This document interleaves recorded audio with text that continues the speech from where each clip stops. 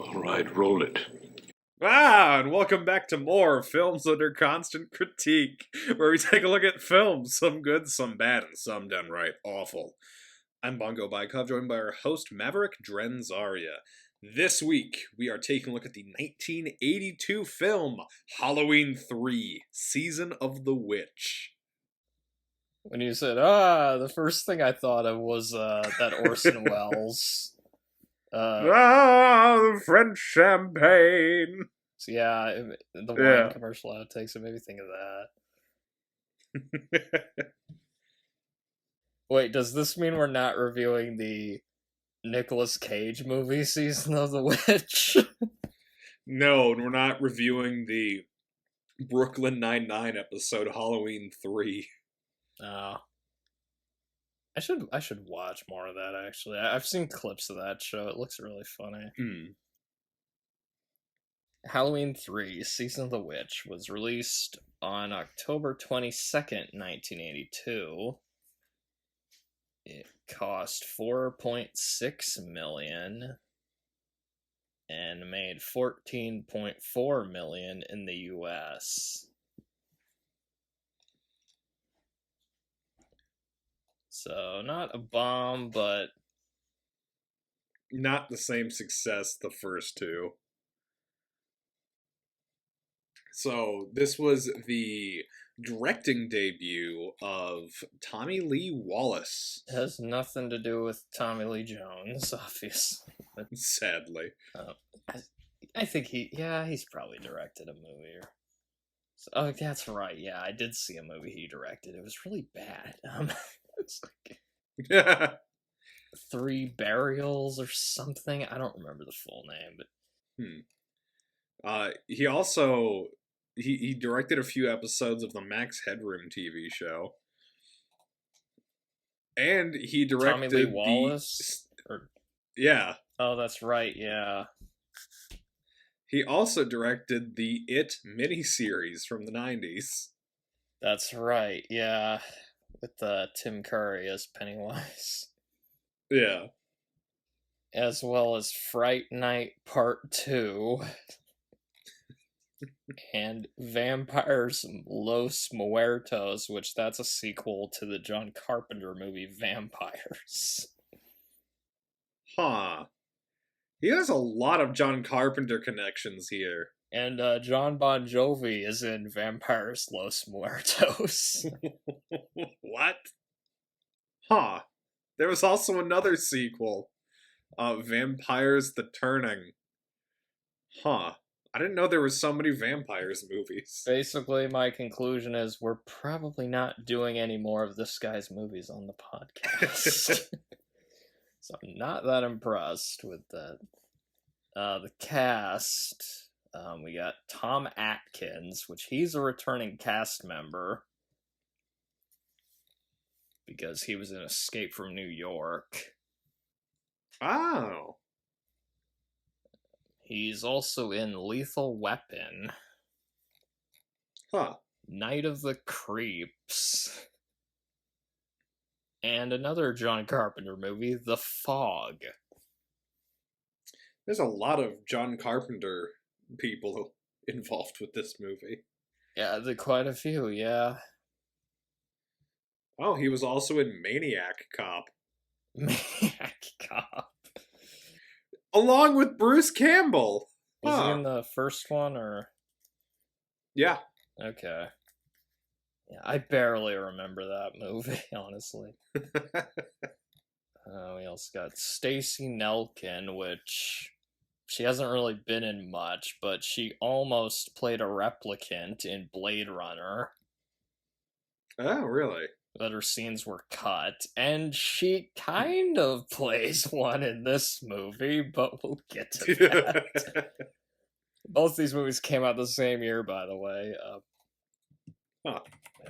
Dan O'Hurley, which we've had him before, because he's the old man from RoboCop. Yeah. And he's also in RoboCop 2. He kind of plays the same character in this, now that I think about it. He plays the same character in a lot of movies. And he's yet another Halloween sequel cast member that was in The Last Starfighter, although he's a little hard to recognize in that one because he's got a bunch of, like, alien makeup on, so... But the voice, it's obvious it's him. He was also in Twin Peaks. Twin Peaks, yeah. I was, like, going, are you gonna mention that, or am I gonna mention it? So... Nancy Loomis, she played one of Laurie Strode's friends in the first movie. Yep. And she plays Tom Atkins' wife in this one. As well as Dick Warlock. Yeah, Dick Warlock is back! He played Michael Myers in Halloween 2, and he plays an android assassin in this, although... Come to think of it, Michael Myers already walks like a robot in the second movie, so maybe he's playing the same character. He dies from getting burned alive in both movies, so... Yeah, that's true. Okay, so initial thoughts. I think like I mentioned in the previous episode, the first time I saw this was when me and my friends were sort of binging these and watching them all in a row. I had already known going in that it wasn't connected to the previous Halloween films, that it was its own standalone thing.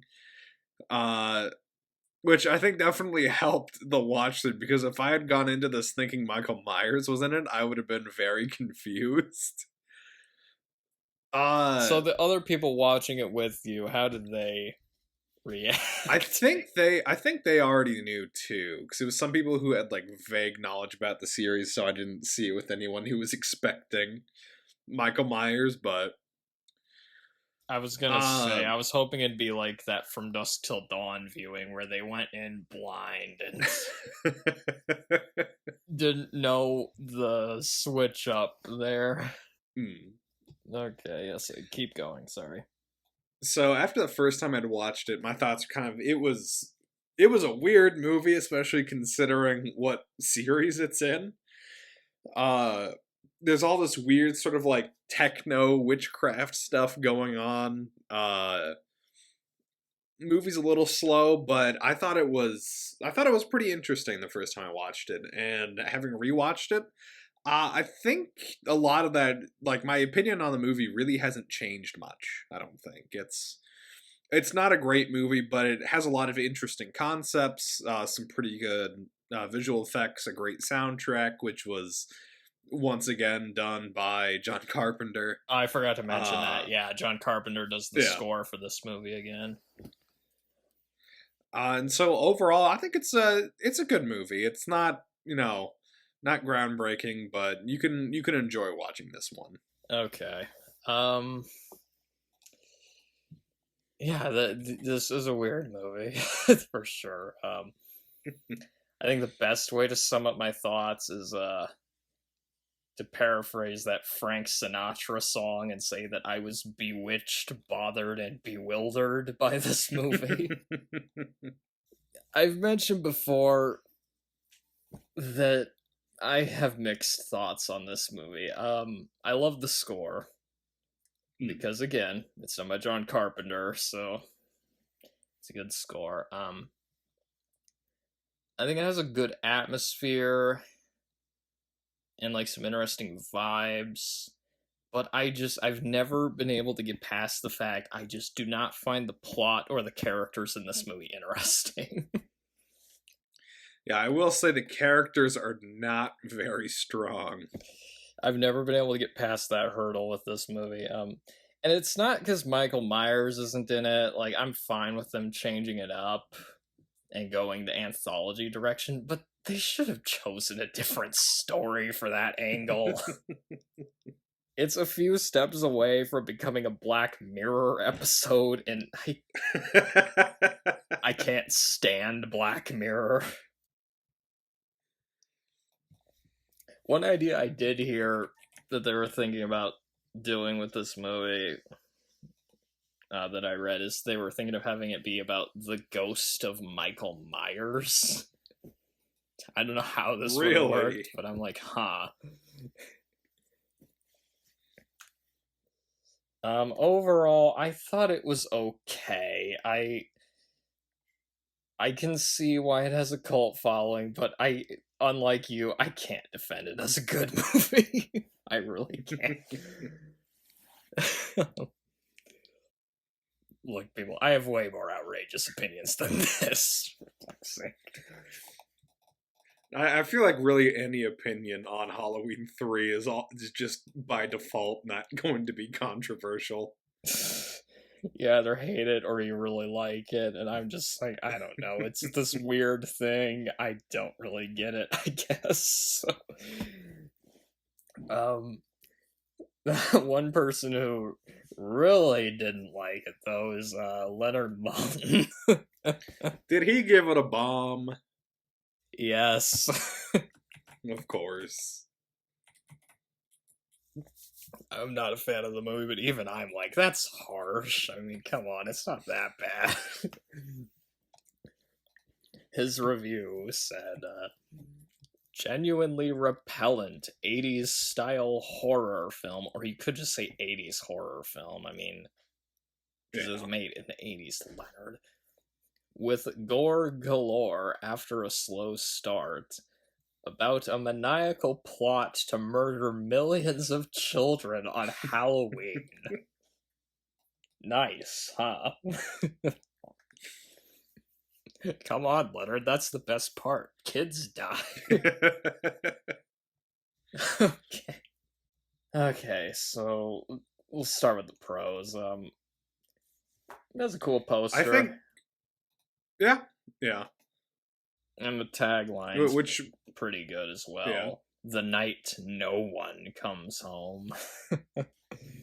That's not really accurate when you think about it, because everyone does go home so that they can watch the TV. Oh, that's a good point, yeah. And we know why they picked that, though. It's because of, Yeah. Because it's like the night he came home. More of the night he came home. More of the night he came home, that's right. I forgot to mention that when we were doing the second one. I like the opening credits. Yeah, with how they're doing like the pumpkin thing, but it's like all on the computer screen. Yeah, like the orange lines going across. And also the music, I mean... Oh yeah, no, the soundtrack to the whole thing is great. Yeah, even I won't deny that, the music's fantastic. Again, it's John Carpenter's score. One thing that you mentioned in your opening thoughts was that this movie has a pretty good atmosphere, and I think that's one of the strongest points of the movie. Yeah.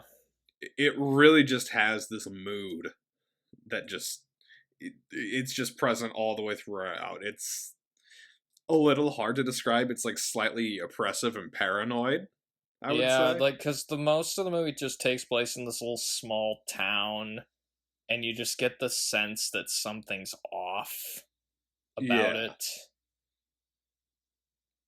And one thing I like about this movie, I like that it feels like it's set around the Halloween season. Like, the other movies of the series, like, some don't quite get that feeling, whereas this one, it focuses more on that, with, like, the Halloween masks, people trick-or-treating. Like, I can see why people watch this around, Halloween, and, I think that's a fine idea to do, like, an anthology series, like, of just weird stories set during the Halloween season instead of just continuing, to resurrect Michael Myers. They'll find a way to bring him back to life after getting shoved in a wood chipper at the end of Halloween Ends. I think also part of what helps is it has the same cinematographer of the first two movies, so that probably helps with the atmosphere. Like, even though it's not a John Carpenter movie, parts of it still feel like one. Like, there are some points where I was thinking, like, it kind of felt like They Live at points, kind of like the beginning of They Live. A little, yeah. I can kind of see that, yeah. I'll also say this, it's a better witch movie than Supergirl.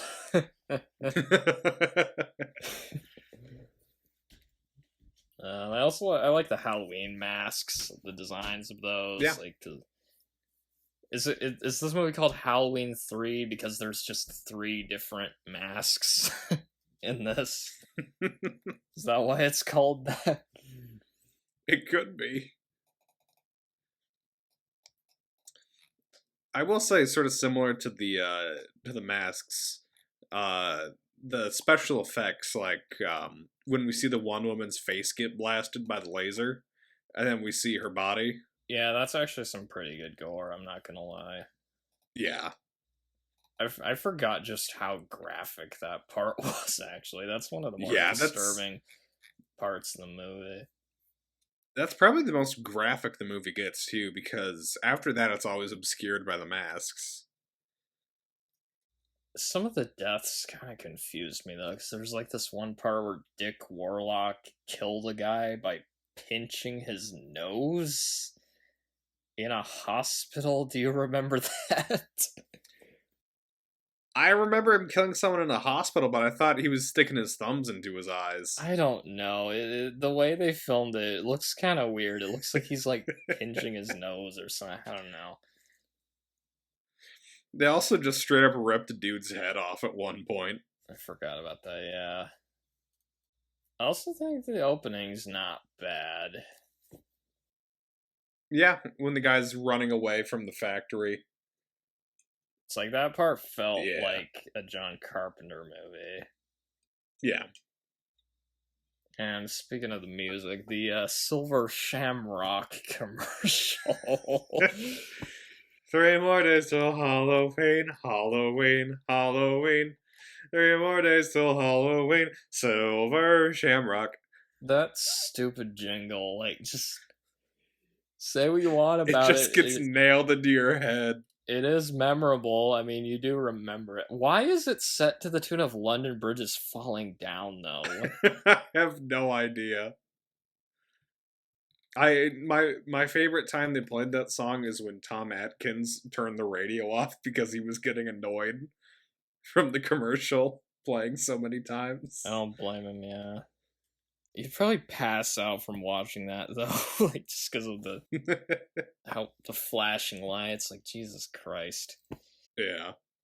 Okay, what were you gonna say? We haven't really talked much yet about what the movie's about, like what the plot is. I'm saving some of that for the cons, that's why. Really? You're saving that for the cons? You can start if you want. Sorry. So, the basic premise is Tom Atkins plays his character, Dr. Dan Chalice. Chalice? Doctor is that at spelled this how hospital where... How's that spelled? Wait, like... Is it spelled like chalice as in like a cup kind of chalice, or... No, it's like Challis. So this doctor works at a hospital where this man shows up injured. He's sort of talking nonsense about these masks, and he winds up being murdered. So this man's daughter, played by Stacey Nelkin, shows up, and she takes the doctor along to go investigate this company, Silver Shamrock, that makes these Halloween masks, to see if they're responsible. After going around this weird small town, they end up coming to the center of this crazy conspiracy where this toy and mask company houses a piece of Stonehenge underneath their factory and is going to use that and their masks to kill millions of children as part of an ancient Celtic ritual. Yeah, I will say the one part of that I do like is that they're trying to kill kids, so there's that. Hey, the fuckers deserve it. But no, that does raise the stakes up, you know, like when... Yeah, you know, a lot of horror movies, they shy away from, you know, killing kids most of the time. But this one, no, you do see one the whole point is getting kids killed. Yeah, it's such a fucked up idea. And that scene with the kid, they're showing that demonstration to Tom Atkins' character. and there's that kid wearing the mask watching the TV and his parents are there. Like, that part actually, I forgot how disturbing that part was, actually, because he just, like, dies, and then like all these bugs and snakes like pour out of his body. I forgot that the parents die during that scene as well, so I was Yeah. like, oh, that's actually kind of a disturbing scene. And the soundtrack also, it's very anxiety inducing because it's like these two notes going back and forth faster and faster. Yeah. A lot of stuff involving TVs in this movie. I mean, I'll say this. It's a better Batman Forever than Batman Forever. I guess both of them do use TVs as part of their plan. So something you mentioned while we were doing the Batman Forever podcast was there were similarities between Batman Forever and this movie, so like, which I hadn't thought about because I'm not nearly that into this movies, but it is funny to think about. All right, Another so I know that's that you weird is they show a trailer for the for the first Halloween movie. And then later in the movie, they're just playing the actual, but they're like showing Tom Atkins. Like, Tom Atkins is just in this room tied to a chair with a mask on, and they're like showing him the first Halloween movie. I'm like, why? Like, just to remind you that it's the same series. that doesn't help remind you, because then that makes the timeline confusing. So is Halloween. Does that mean Halloween, the events in that movie didn't actually happen, or that the events in that movie did happen, but they made a movie out of it? So that's so weird. Do you think they ever made Halloween 4 in the Halloween 3 world? Did they? The better question is, did they make Halloween 3 in the Halloween 3 world? It's so weird. So, I know that you were waiting until the cons to talk about the story, but that's actually, part of that is actually in my pros. I actually really like some of the ideas, like with them using, There are like, sort of, there's some ideas there, but oh, sorry, you can keep going. like, I actually really like how they combine this sort of, like, ancient Celtic magic with Stonehenge. With the technology aspect and how they're sort of using those in tandem. I think that's a pretty interesting angle to take, and I actually like that part of the story, that they have like these actual almost witchcraft things involved with it. I mean, if you want to do witchcraft, just do witchcraft. You don't have to overcomplicate. But no, it's like techno witchcraft. I actually really enjoy that aspect. Software of the movie. sorcery. You like software sorcery. Part of it is it just comes out of nowhere. Like, it's like that is true. There's no build up to it. It's just sort of dumped on you that, oh, it's techno witchcraft. But again, I'll get to that more later. There was this weird dude who lives in a junkyard that felt like a Twin Peaks character. He kind of did, yeah. I was like wondering, why isn't there more of this guy in the movie? Hell, honestly, he should have been one of the main characters instead of who we ended up with. It would have made more sense for a guy living in the small town to investigate it than just some random doctor from up in California. Yeah. Yeah, Tom Atkins really just has no reason to get involved with the plot of this movie. I mean, at least Stacey Nelkin, like, her dad was involved with this thing, so I can see why she would have a motivation. But with Tom Atkins, I'm like, dude, you're a doctor. I mean, what? We got Dan O'Hurley as a CEO of a company that builds robots, which... Haven't heard that one before. Yeah, is this an origin story for OCP? Can you imagine if Silver Shamrock becomes OCP? That was one thing that was kind of making this movie a little more enjoyable for me this time. Was I was trying to imagine like that this guy is the same character from RoboCop. So. And that is one of my positives. Dan O'Herlihy's performance is pretty good in this. Oh yeah, As the villain, like his plot doesn't make any sense, but you know, he has a good presence in this movie. You know, yeah, he's probably the most memorable character out of anyone here. he's really the only memorable character, I guess. I think part of it is he has a good voice. So like when he's delivering that monologue about like the Halloween or whatever, like blood rituals, you're like, oh shit. Yeah. Halloween, the festival of Samhain. The last great one took place 3,000 years ago, and the hills ran red with the blood of animals and children. Yeah, it's a pretty good monologue too. It's actually kind of creepy. Yeah. And it kind of ties into And it's like Halloween. the first time you see... It kind of ties into Halloween 2 because they mentioned Sam Hain again. Yeah. They keep trying to tie in some sort of weird cult to Halloween in these movies. Is this the same cult that controls Michael Myers in Halloween 6? That would make this so confusing. Oh my goodness. So what do you think about the ending of this movie? I'll also say this about the movie. It's a better Blair Witch Project than the actual Blair Witch Project.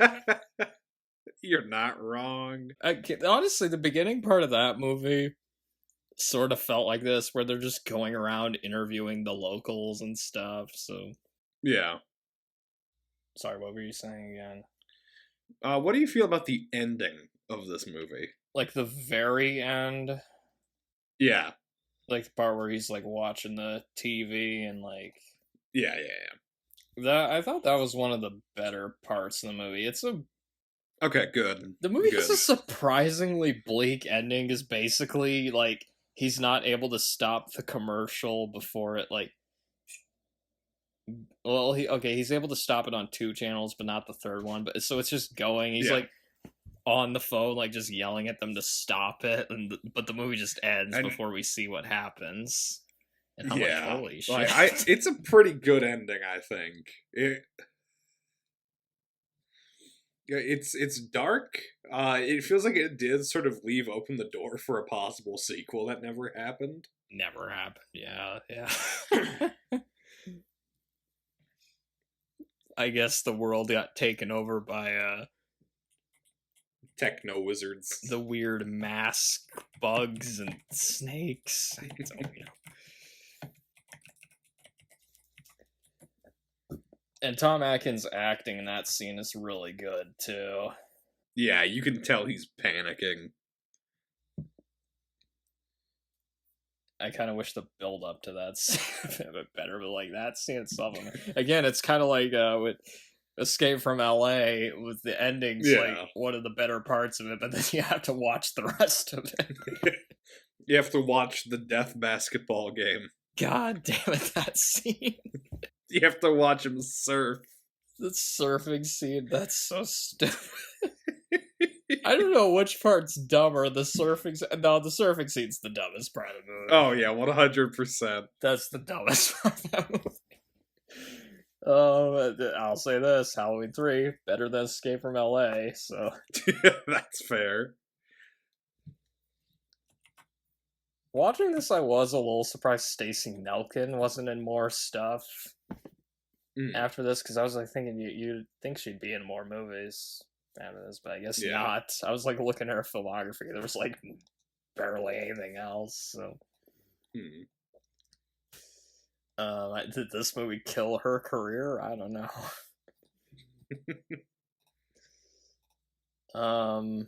I did like the part where they're touring the factory that's making the masks. Because you're seeing like kind of the behind the scenes stuff, like how they make the masks and stuff. I thought that was cool.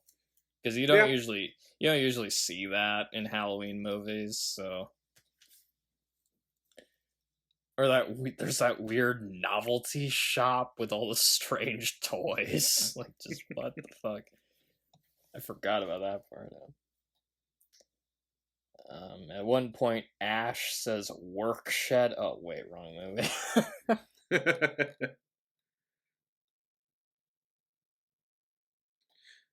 There was one part where Jamie Lee Curtis had a voice cameo. In this movie? Yeah, when Tom Atkins is trying to call like the police on the phone, the operator is voiced by Jamie Lee Curtis. Yeah, you're right. I didn't notice that. One thing I thought was funny is that they show Omaha, Nebraska. And apparently there's a Landis department store there. Yeah, I saw that. I forgot about that. I wonder who that's referencing. Couldn't possibly be John Landis, could it? I was about to make a really horrible joke about John Landis.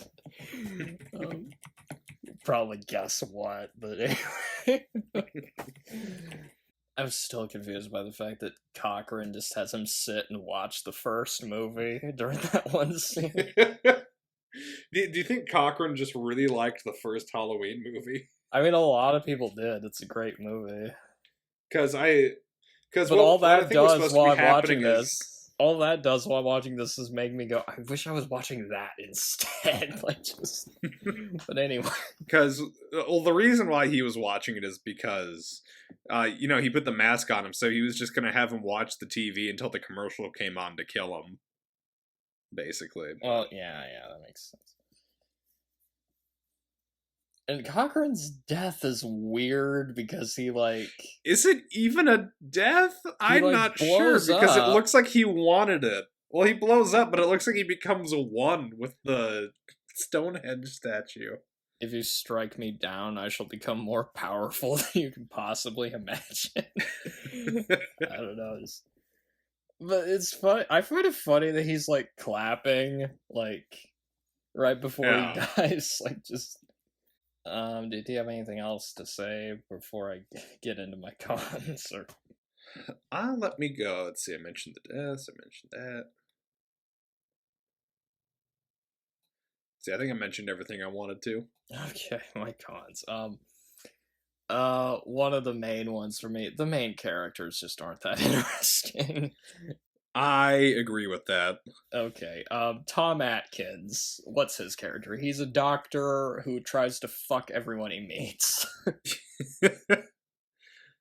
He's cheating on his wife, he's an alcoholic, and for whatever reason he's doing detective work. And one thing I found funny is that he fucking bangs this girl who he's known for a day after examining her dead dad at the hospital. And don't forget, he just abandons his wife and kids to go do this. He was supposed to spend a week with his kids, and he just takes off instead. We've had some nonsensical romances on the podcast, and this one honestly might take the cake. You just don't buy it at all. And I forgot, before watching this again, he fucks her more than once in this movie. Yeah. We get 2 sex scenes in this movie between them. What? Oh my god. I just didn't buy the chemistry between these two. They're just kind of there for me.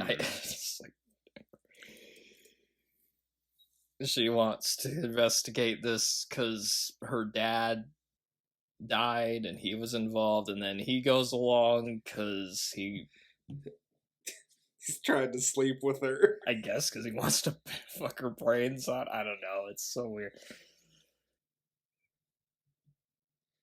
The plot to this movie, it makes no goddamn sense to me. Okay, so they have these computer chips in Halloween masks that fry kids' brains out. and then it fills rooms with bugs and snakes just because of a commercial? What? What? It is just some sort of combination of technology and magic, which is... And it's never explained, and it's just revealed that the villains are these, like, software sorcerers just typing away on their computers. I'm like, who the fuck are these guys? Like, what? And there's robots. They're just these dudes wearing suits. I think this movie just included one too many sci-fi elements for me in this. Like, they just feel out of place in this movie. Like, it's called Season of the Witch. Make it about fucking witchcraft. I mean, it is technically about witchcraft, it's just they threw some computers in there. I guess. Also, they stole a rock from Stonehenge. I do like how they just gloss over that. It's just like, oh, you don't know how hard it was to get this over here. When he said that, I was like, fuck you. How did you get it over there? Maybe they could make that as a movie. They make the prequel, Halloween 2, about them trying to smuggle Stonehenge in. It's so stupid and just unexplained. The Stonehenge thing for me, that's one of the things about this movie. I was always like, oh, fuck off, movie.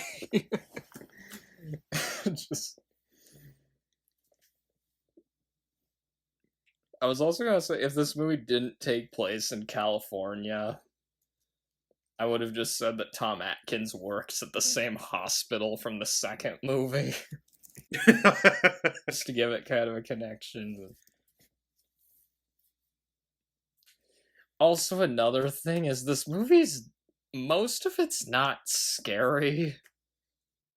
No, it's really not a horror film. At least not an effective one. Feels more like a weird mystery movie. Honestly, you could have put Scooby-Doo or Shaggy in it, and it wouldn't have been that out of place.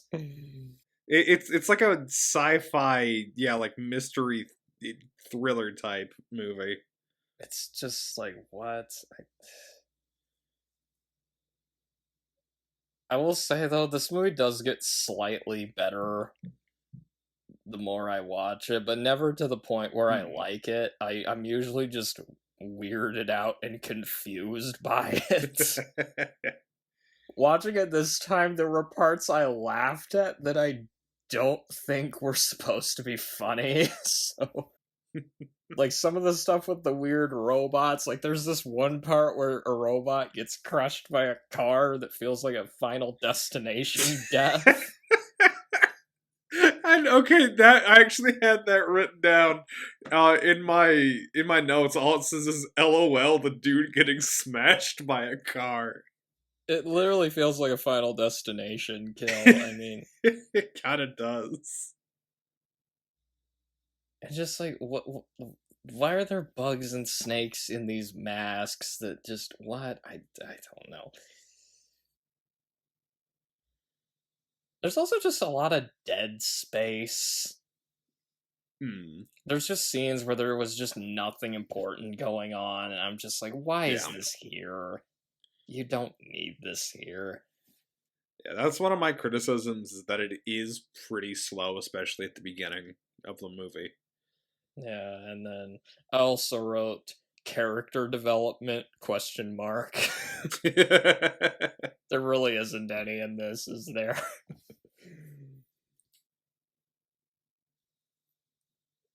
Stacey Nelkin turns out to be a robot. That was a weird twist. I don't understand. So, like, was she always a robot, or did she just get turned into one when she was at the factory? I think at the beginning she wasn't, but once they captured her, they made a robot that looked like her to kill him if he escaped. But they don't show it or explain it. That's weird. No, they really don't. Which also means Tom Atkins might have been fucking a robot for all we know. Is that why they wanted her to be in Blade Runner? Anyway. And this is another example, probably, oh my god, probably one of the biggest offenders of computers are magic. Computers are literally magic in this one. Because, computers can do anything. And it seems like that always happens in, 80s movies, too. Why? What was it with Hollywood not getting technology right in the 80s? I mean, they still don't get technology right, if we're being honest. True, but it's not quite as bad as in, Superman 3 or this. I think one of the problems here... Okay, so the movie is called Halloween 3. And when you really think about it, it doesn't need to be a sequel. No. Because there's no connection at all to the previous two movies. I think if you had included some continuity, you don't need to include Michael Myers in it, but you should have included some continuity from the other movies. Maybe have the sheriff in it, or Loomis as a character, I don't know, hell, maybe he's the doctor that decides to go on this weird adventure. Or have it take place in Haddonfield. Maybe Haddonfield is just this weird... this weird town where all this evil accumulates. Yeah. It didn't even need to be, Halloween 3. You could have just called it Halloween Season of the Witch, or something like that. Yeah. Or just Season of the Witch. There's just no reason to have this be part of the same series. Or if you're gonna do that again, maybe include some continuity from the first or second movie. Maybe it is the same hospital from the second movie.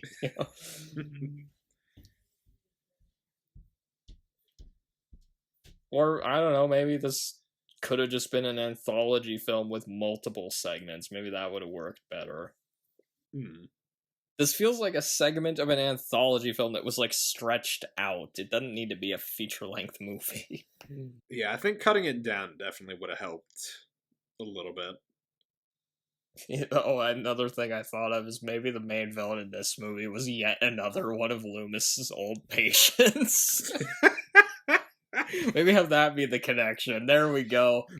Just Loomis is in charge of a bunch of different psychos. Yeah. In this case, Cochran was a former patient of Dr. Loomis. That would have actually been kind of hilarious if they went that direction. Yeah. I've read some reviews saying this movie is a brilliant critique of capitalism and corporations, and I'm you're reading too much into this movie, people. I mean, it's really not. I mean, okay, I guess they make Halloween masks to kill kids.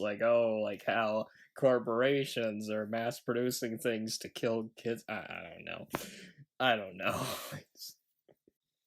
And again, there might be some people who are just saying I hate it because they did something different. No, I don't. Okay, so I don't hate this movie, but another thing, doing something different, that doesn't automatically make it bad.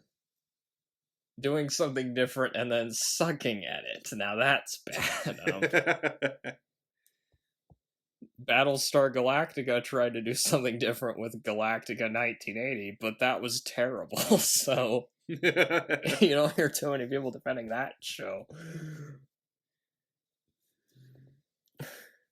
I don't understand how he kills the software sorcerers.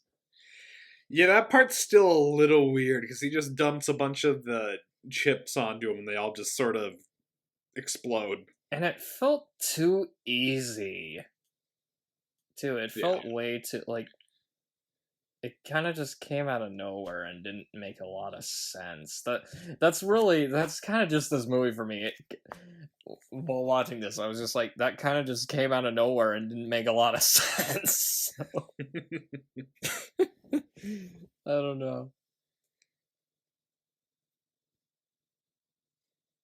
I do find it funny how when Cochran blows up, he looks like a fucking snowman or something. Yeah, like his face just gets like a bunch of plaster on it, and then he evaporates. That was so weird. And then there was like one shot of Stacy Nelkin's severed android head, which made me think of Ash from Alien. Also, unlike the Donovan song, this movie did not pick up every stitch, despite being the season of the witch. It was gonna be either you or me. That was Yeah, no, we needed to get one in there somewhere. Okay. I'm out of notes with this one.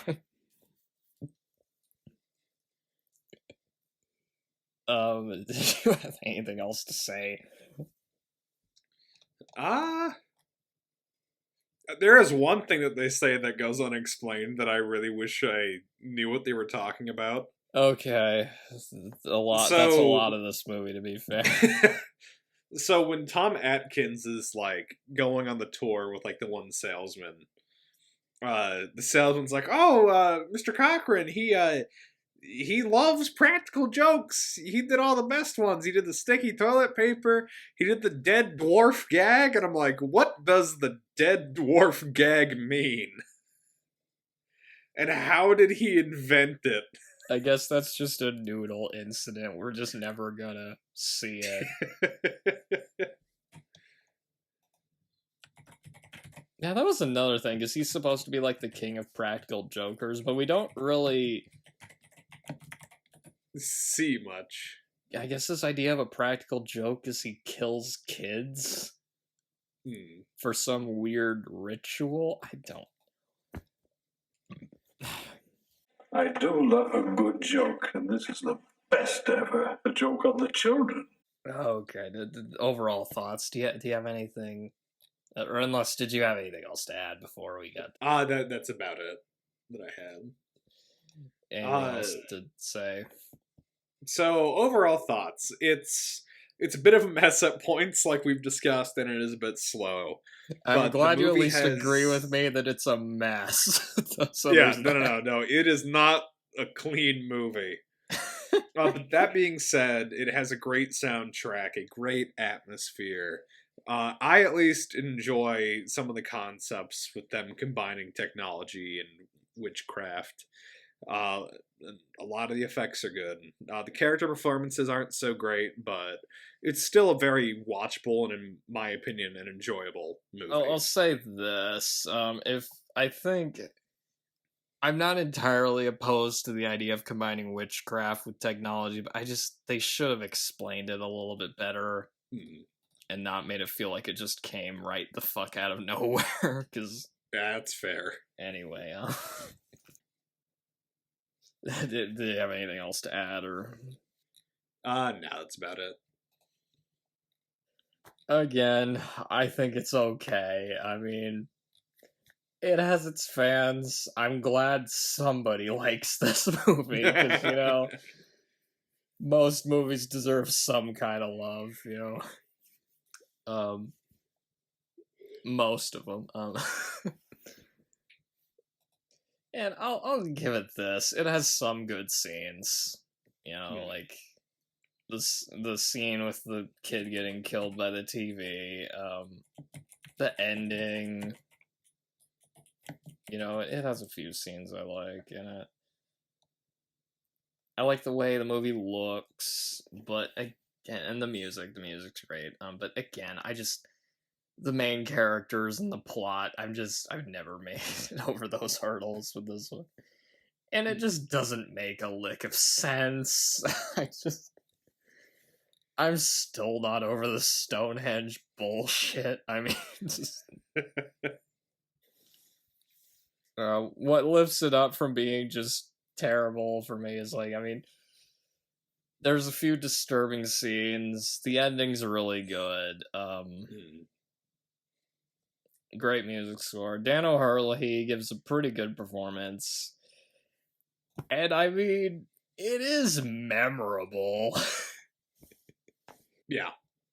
I'll give it that. It's a little too weird to forget about this movie. And it fits the Halloween season, so, I'll give it that. As far as Halloween movies go, I definitely like the first two more than this. Hmm. I like the fourth one more than this. I would say I like the first two David Gordon Green ones more than this, but it's better than all the other ones, though. Yeah, no, in terms of Halloween sequels, this is by far one of the better ones out there. I mean, it's better than 5, 6, H2O, Resurrection. Both Rob Zombie ones. Yeah, I didn't want to say them. And Ends. It's better than Ends, although Ends is also in that area where it's so stupid and weird that, like, parts of it are hilarious. So it's better than those, and I will say, though, there is another thing about the villain's plan that I think might have improved it. So they're trying to vaporize kids' brains with the TV. If you're gonna do that, just show them the Star Wars Holiday Special. That's all you need for that. That thing is far deadlier than that stupid commercial is. So yeah, happy Halloween, I guess. Our next podcast is Halloween Prodigal Son.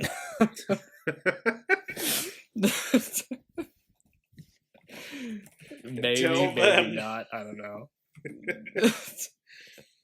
Roll the Andy Griffith.